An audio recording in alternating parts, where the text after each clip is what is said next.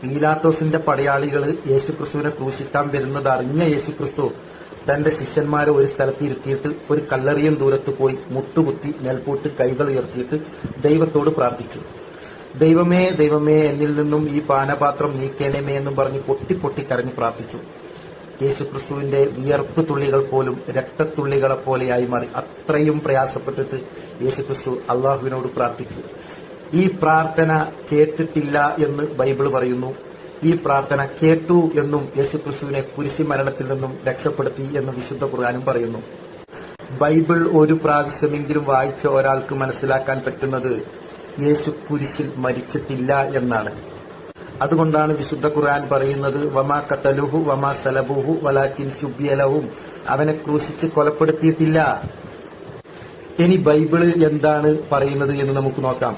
പീലാത്തോസിന്റെ പടയാളികൾ യേശുക്രിസ്തുവിനെ ക്രൂശിക്കാൻ കൊണ്ടുപോകുന്ന സമയത്ത് ഒരുപാട് പീഡനങ്ങൾ സഹിച്ചു, ചാട്ടവാറ് കൊണ്ട് അടികൊണ്ടു. അപ്പോഴൊക്കെ യേശുക്രിസ്തു പറയുന്നത് എന്താണ്? പിതാവേ പിതാവേ, ഇവരെന്താണ് ചെയ്യുന്നത് എന്ന് ഇവർക്കറിയില്ല. അള്ളാഹുവേ അള്ളാഹുവേ, ഇവരെന്താണ് ചെയ്യുന്നത് എന്ന് ഇവർക്കറിയില്ല എന്നാണ് യേശുക്രിസ്തു പറഞ്ഞത്. പീലാത്തോസിന്റെ പടയാളികൾ യേശുക്രിസ്തുവിനെ ക്രൂശിക്കുന്ന സമയത്തും യേശുക്രിസ്തു പറഞ്ഞത് എന്താണ്? ഏലി ഏലി ലമാ സബക്താനി, ദൈവമേ ദൈവമേ, നീ എന്തുകൊണ്ട് എന്നെ ഉപേക്ഷിച്ചു? യേശുക്രിസ്തുവിന്റെ ജീവിത കാലഘട്ടത്തിൽ യേശുക്രിസ്തു പറഞ്ഞത് മത്തായിയുടെ സുവിശേഷത്തിൽ പറയുന്നു, ആരെങ്കിലും പിതാവിനോട് അപ്പം ചോദിച്ചാൽ കല്ല് കൊടുക്കുന്നവനല്ല പിതാവ്, ആരെങ്കിലും മീൻ ചോദിച്ചാൽ പാമ്പിനെ കൊടുക്കുന്നവനല്ല പിതാവ്, ആരെന്ത് ചോദിച്ചു കഴിഞ്ഞാലും ദൈവം കൊടുക്കും, അള്ള കൊടുക്കാതിരിക്കൂല. അങ്ങനെ കുരിശിൽ മരിക്കാത്ത യേശുക്രിസ്തുവിനെ ശവക്കല്ലറയിൽ അടക്കം ചെയ്തു. മൂന്നാമത്തെ ദിവസം മക്തല മറിയം ശവക്കല്ലറന്റെ അടുത്ത് വന്നപ്പോ ആ ശവക്കല്ലറ മൂടിയിരിക്കുന്ന കല്ല് നീക്കം ചെയ്തതായിട്ട് കണ്ടു.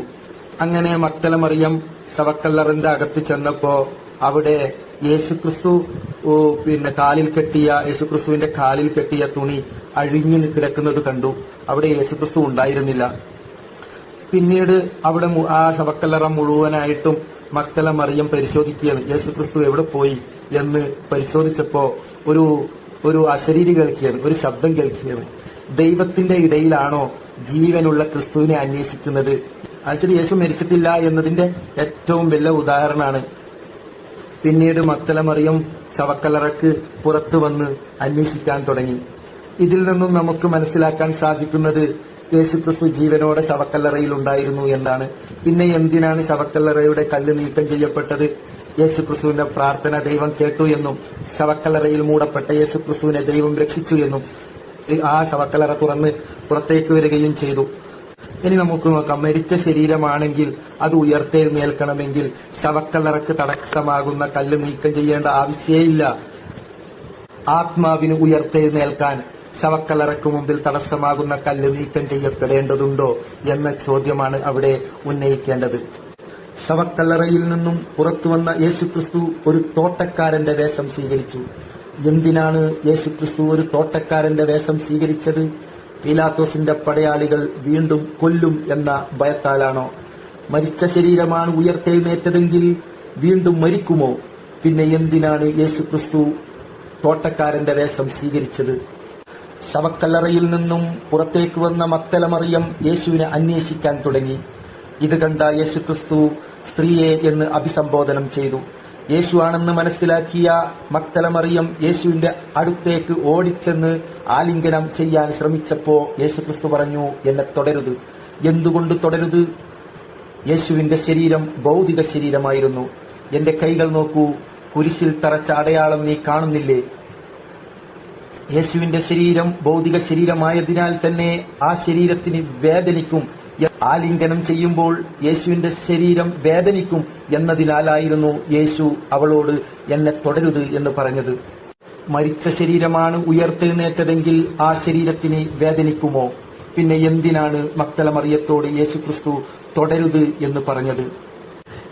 എന്നിട്ട് യേശുക്രിസ്തു പറഞ്ഞു, ഞാൻ പിതാവിന്റെ അടുക്കൽ ഇതുവരെ ആരോഹണം ചെയ്തിട്ടില്ല. ഇതിന്റെ അർത്ഥം ഞാൻ മരിച്ചിട്ടില്ല എന്നാണ്. പിന്നീട് യേശുക്രിസ്തു ശിഷ്യന്മാരുടെ അടുക്കൽ പ്രത്യക്ഷപ്പെട്ടപ്പോൾ ശിഷ്യന്മാരെല്ലാം ഓടിയൊളിച്ചു.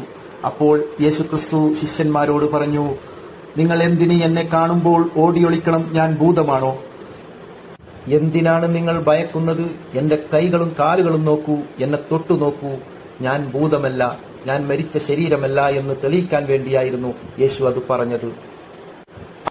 ആത്മാവിന് മാംസവും അസ്ഥിയുമില്ല, എനിക്കാണെങ്കിൽ മാംസവും അസ്ഥിയുമുണ്ട്.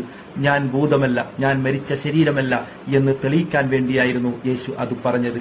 മരിച്ച ശരീരമല്ല എന്ന് തെളിയിക്കാൻ വേണ്ടിയായിരുന്നു യേശു ക്രിസ്തു അവരുടെ മുമ്പിൽ വെച്ച് വറുത്ത മീനും അപ്പവും കഴിച്ചത്. മരിച്ച ശരീരത്തിന് ഭക്ഷണത്തിന്റെ ആവശ്യമില്ല. ഇത് തെളിയിക്കുന്നത് യേശുക്രിസ്തുവിന്റെ ശരീരം ഭൗതിക ശരീരമായിരുന്നു എന്നാണ്. എന്നിട്ട് യേശുക്രിസ്തു ശിഷ്യന്മാരോട് പറഞ്ഞു, യോനാ പ്രവാചകന്റെ അടയാളമല്ലാതെ മറ്റൊരടയാളവും ഇതിന് നൽകപ്പെടുകയില്ല. എന്താണ് യോനാ പ്രവാചകന്റെ അടയാളം? യോനാ പ്രവാചകനെ കപ്പലിൽ നിന്ന് വലിച്ചെറിയുമ്പോൾ യോനാ പ്രവാചകന് ജീവനുണ്ടായിരുന്നു. യോനാ പ്രവാചകനെ മത്സ്യം വിഴുങ്ങുമ്പോൾ യോനാ പ്രവാചകന് ജീവനുണ്ടായിരുന്നു. യോനാ പ്രവാചകൻ മത്സ്യത്തിന്റെ ഉദരത്തിലായിരുന്നപ്പോൾ യോനാ പ്രവാചകന് ജീവനുണ്ടായിരുന്നു. യോനാ പ്രവാചകനെയും കൊണ്ട് മത്സ്യം 3 രാവും 3 പകലും കടലിൽ സഞ്ചരിച്ചപ്പോഴും യോനാ പ്രവാചകന് ജീവനുണ്ടായിരുന്നു. യോനാ പ്രവാചകനെ മത്സ്യം കരയിലേക്ക് ഛർദ്ദിച്ചപ്പോഴും യോനാ പ്രവാചകന് ജീവനുണ്ടായിരുന്നു. ഈ അടയാളമല്ലാതെ മറ്റൊരടയാളവും ഇതിന് നൽകപ്പെടുകയില്ല എന്നാണ് യേശുക്രിസ്തു പറഞ്ഞത്. യേശുവിനെ കുരിശിൽ തറക്കുമ്പോഴും യേശുവിന് ജീവനുണ്ടായിരുന്നു. കുരിശിൽ നിന്ന് ഇറക്കുമ്പോഴും യേശുവിന് ജീവനുണ്ടായിരുന്നു. ശവക്കല്ലറയിൽ അടക്കം ചെയ്യുമ്പോഴും യേശുവിന് ജീവനുണ്ടായിരുന്നു. 3 രാവും 3 പകലും യേശു ശവക്കല്ലറയിലായിരുന്നപ്പോഴും യേശുവിന് ജീവനുണ്ടായിരുന്നു. ശവക്കല്ലറയിൽ നിന്ന് പുറത്തു വന്നതും യേശു ജീവനോടെയായിരുന്നു എന്നാണ് ഇത് തെളിയിക്കുന്നത്.